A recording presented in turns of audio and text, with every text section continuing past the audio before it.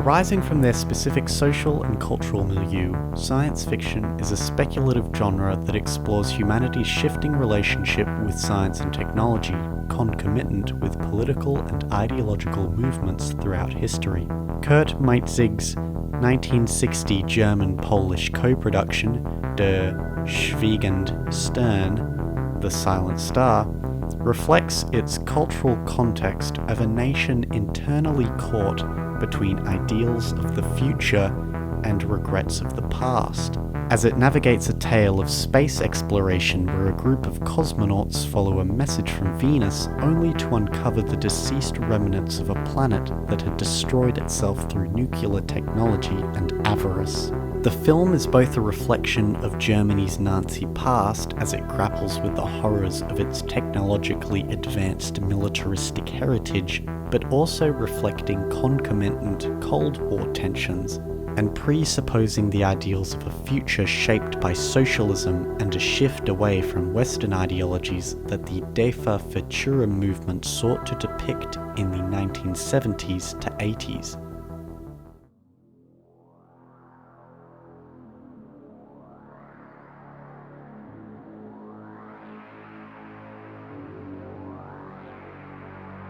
Recognizing the horrific atrocities of the fascistic German government during World War II, Maetzig's The Silent Star emerged during the 1960s, an era where student revolutions and shifts in public consciousness meant that the societal imagination was finally opening up to tackle their Nazi past. During World War II, the science fiction genre was reduced to be seen as more of a degenerative art form, due to its ardor for technological progress, a trait that was unwanted in the more humanist eyes of the government that idolized the strength of men over machine. The irony here, however, is that the Nazi military powers were extremely advanced technologically, and The Silent Star draws upon this dialectical intersection within its narrative. In the film, a crew of astronauts and their trusty robot sidekick decode a message declaring war on Earth by the technologically advanced Venusians. However, upon exploring the ruined wreck of their once inhabited world, the cosmonauts discover that the Venusians destroyed themselves through their nuclear, technological and militaristic greed and power, with the only thing left of them being their metaphorical shadows. The film ultimately embodies what Vivek Rutso-Peterson refers to in his chapter essay German Science Fiction, Its Formative Works and Its Post-War Uses of the Holocaust, as science fiction's enlightenment-like faith in progress, where the overly idealistic representations of space travel and penetrating new frontiers sits in stark contrast to the Holocaust's threatening of faith in reason and progress. The launch pad sequence, wherein the spacecraft flies off frame in a romantic low-angle tracking shot, combined with the following scenes of the astronauts floating out of their seats in a cosmic waltz, evocative of the orbital ballet that accompanies 2001: A Space Odyssey's Blue Danube glimpse into the future, alludes to the beauty of science and technology to elevate humanity beyond the traditional limitations of their past. This rejection of Nazis' fears of technological progression and embracement of the music of the spheres reflects Germany's cultural context as it attempted to shift away from the dogmatic rule of their dictatorial past. Furthermore, this emancipation of the human form predicated upon a symbiotic relationship between science and man alludes to what is explored in the introduction to Robot Ghosts and Wired Dreams, Japanese science fiction from origins to anime, where the aspect of the cyborg that challenges conventional notions of individuality is the breakdown of the singular body and its boundaries. Here, a synthesis between humanity and the artificial frees mankind from the limitations of its past, both culturally but also physically. Their robotic assistant, Omega, also contributes to this ardor for scientific advancements, as he goes beyond the confines of traditional human intelligence and helps push the crew further in their mission due to his reliability, a clear rejection of the Nazis' fear of machines to infringe upon the power of the idolized man. However, as suggested by Peterson, the presence of the human characters helps us understand why, as a rule, most science fiction is a mixture of utopia and dystopia. Through this lens, the unpredictable, intrinsically flawed nature of humanity is what impedes the positive perceptions of science and technology to push us into a new hypothesized era of man, and instead send us into a post-technological holocaust. The greed and avarice of the human-like Venusians is what sent their planet into an eroded hellscape where no life exists aside from the remnants of a technological past that has outlived the physical, singular bodies of the human-like alien creatures. This serves as a hyperbolic mirror to the militaristic powers of Nazi Germany under the reign of Adolf Hitler, where their technological progression under the control of flawed human beings led to a dystopia rather than a utopia. In the end, the heroes of the film reflect what Sonja Fritzsche describes as the anti-fascist hero in her essay East Germany's Werkstatt Zukunft, Futurology and the Science Fiction Films of Defa Futurum, where their moral superiority, dedication to the rational pursuit of truth, and choice of non-intervention in outside conflicts suggests a hope for the future, as they have learnt from the horrors of another planet defined by technological progression led astray, and are able to shape their world into one that has learnt from the cultural echoes of their Nazi past. Positioned thus, Maetzig's film recalls the dual nature of the Nazi Party's feelings towards technology, where the kinetic icon of the machine can be seen as an elevating tool that can push humanity beyond their traditional past, but one that must be tempered with caution, as the easily malleable, manipulated human hand can veer these processes into a path of physical degradation.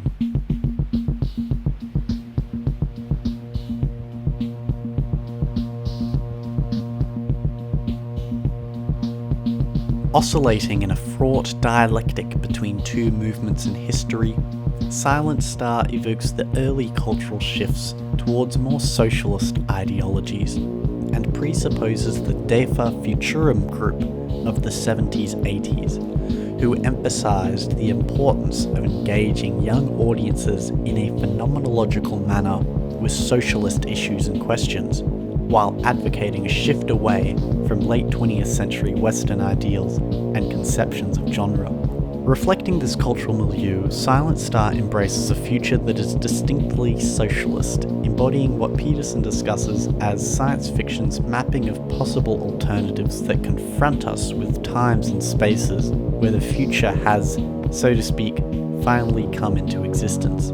ultimately presenting a world that is idealized in its imaginings of a future defined by ideas of socialism. The spacecraft's crew was composed of mixed nationalities, races, genders, and bodies, be they artificial or organic, all moving through space in perfect harmonious synchronicity, embodying an equilibrium between all kinds brought about by a more socialist future, a playground of experimentation with gender and sexuality, and with relationships between beings and their cultural and natural ecologies. Here, hope for the future is not only brought about by the romanticized framing of the spacecraft and robotic beings, but also by the narrative of this socialist colonization of other planets, as cosmonauts resemble communist revolutionaries in search for a better life, as asserted by Fritzsche. Through this socialist reading of the film, the initial all-encompassing message regarding humanity's untempered control over science can be shifted to suggest that a future without socialism will ultimately suffer, alluding to the destruction of the Venusians as a distinct lack of socialist order being what dictated their demise, rather than mere human mind fallibility. As a result, the film advocates Earth push more towards a socialist future in its climactic denouement, reflecting the cultural shifts towards the Defa Futurum's goal of crafting narratives that imagined distinctly socialist futures. Fritzsche goes on to assert in her essay that one of the advantages of the science fiction genre is its open narrative, where the ending is unknown so the viewer participates with the heroes as the story progresses, alluding to the phenomenological pursuits of Defa Futurum, as they hope to engage youth mentally in socialist causes. In the climax of The Silent Star, the scientists return to Earth, but their fate is left a mystery in their post-discovery of the destruction of Venus, leaving audiences wondering if the future of the Earth within the film's diegesis will learn from the mistakes of this extraterrestrial past and embrace socialism as a shaping force for the future, or if they will merely repeat the same mistakes as the Venusians. As a result, the young audiences who watch the film must decide for themselves how they will want to see the future play out, and will hopefully make an effort to forge the world into one defined by socialist ideology. While this future was forged by socialist ideals, however, it was also defined by a clear shift away from the West, as German filmmakers attempted to steer viewers away from the Western ideas at the time. This cultural epoch has bled into and been interwoven into the very fabric of the film, as its pushes towards socialism can subsequently be seen as veering youth away from the cultural consciousness of the West. The disco motifs and use of dance that appeared in German films at the time were attempts to draw a broader audience, thus luring people in to view their socialist advocations seen in the film's psychedelic colour palette and trippy kaleidoscopic visuals. However, these were also coded negatively through their association with the West, with most of the abstract visual imagery of the film only emerging once they arrive on the destroyed ruins of the planet. The obtuse, amorphous cloud and rock formations lacking any straight or right angles evokes an unnatural, unearthly realm, which, combined with the discordant synthesizer score, allude to the horrors of a planet built by a non-socialist society. But as much as they attempted to move away from the West, the cultural influence and popularity of US and UK science fiction imported into the country meant that a synthesis between styles needed to have merged, where the conventional narratives and tropes of the genre needed to be instilled with socialist propaganda. As Peterson suggests, familiar themes of pulp and comic book science fiction involved space travel, colonization, and extraterrestrial life, with stories revolving around struggles with and conquests of alien populations and subsequent, mostly successful, attempts to civilize faraway planets. In The Silent Star, however, these tropes are subverted and manipulated to push the socialist cause, with space travel and colonization meant to be symbolic of the country's positive ideological influence for a future universe, and extraterrestrial life serving as the antithesis to their beliefs, with socialism ultimately emerging successful. The film also draws on Victorian narratives of travel to various geographic hearts of darkness, where characters see the worst of life and resurface as a changed person, with the film returning the cosmonauts to Earth having witnessed the destruction of a race that lacked socialism, ready to craft a brave new world for the future based on the sins of the other's past. Furthermore, Silent Star subverts the prototypical powerful white male heroes that seem to dominate American comic books, as the cast and crew are composed of people from various multicultural and gendered backgrounds, exemplifying the socialist divergence from Western sci-fi as a distinctly German genre that favours equality over white male domination. In this way, The Silent Star reflects a culture attempting to shift away from Western ideals and conceptions of the sci-fi genre, as it illustrates a society defined by German socialist ideology.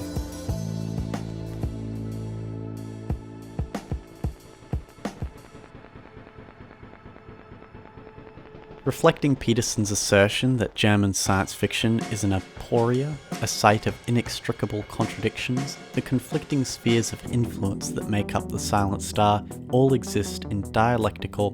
Manichaean synergy with one another,